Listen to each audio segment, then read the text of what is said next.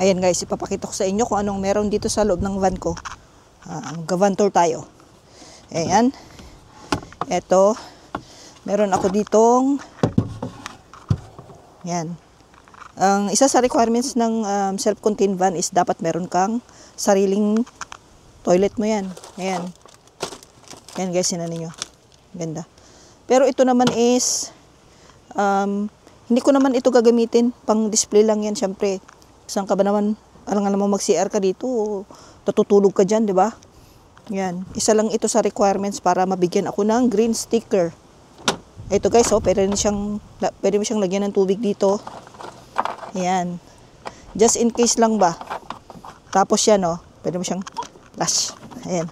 Pwede mo siyang flash. Yan. Yan. Yan, di ba? Dapat lagyan mo, may tubig. Yan. So, isa lang yan sa requirement. Meron din akong mga lagayan ko pa ng ibang gamit ko. Ayan guys, oh. Ayan. Ayan. Sarap muna natin yan. Ayan. May drawer siya. Tapos meron din akong mini fridge. Ayan. Cooler siya na fridge. Ayan, maliit lang siya. Ayan, may saksakan din yan. Hindi ito kasama doon sa conversion ko na pagpapagawa ko ng van. Bali, binayaran ko yan siya. Extra. Lagayan pa yan ng ibang damit ko. Ayan, malaki din siya, maluwag din siya. Ayan, nagbawas na ako ng ibang mga gamit ko. Pinauwi ko na ng Pinas. Kailangan konti lang. Tapos, ayan. Andyan yung aking video okay na maliit. Dito guys, may mga storage pa ako na mga lagayan ko pa. Oh. Pwede pa akong maglagay dyan. Ito yung connection ng bed ko. So natin yan. Pwede ko siyang gawing table. Ito yung pinaka-table ko. Organizers pa ako dyan. Ayan o. Ayusin ko na lang yan. Station. Ayan, bumili din ako nito. So iba pa ang gastos yan. Hindi pa yan kasama doon sa gastos ko sa pagpapagawa ko ng van. Ayan, bali ang bili ko dito is mga nasa $1.5. Make it mga 60,000 yata sa pera natin yan. Kasya naman talaga dito ang 2 tao. Kung gusto ninyong i-extend yung higaan, sa inyo. Ayan. Ito. Dito mo siya ilalagay.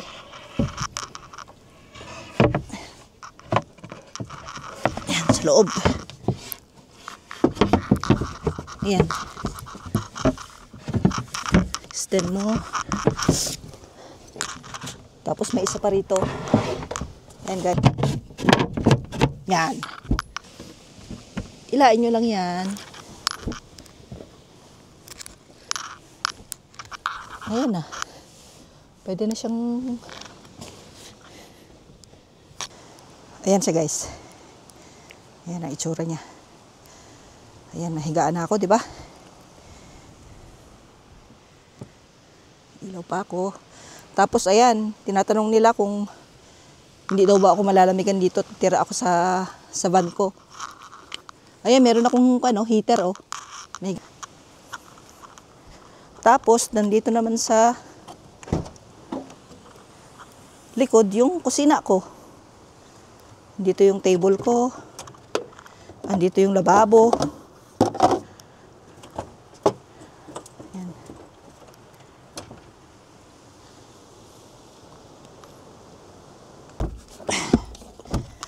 Ayan.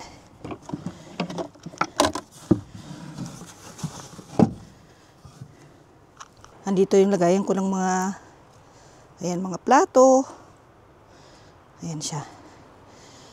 Tapos nandito meron pa akong lagayan ng mga na extra pa siya dyan.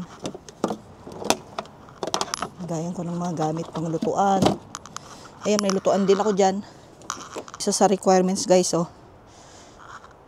Pagka mag-a-apply kayo ng green sticker na certificate, dapat meron kayo nito. Tapunan nyo ng may wastewater kayo, tapos ito yung fresh water. Ito yung gagamitin ninyo. Yan. Ibig sabihin yan, pag kayo meron kayong green sticker certificate, so legal kayong van life dito sa New Zealand.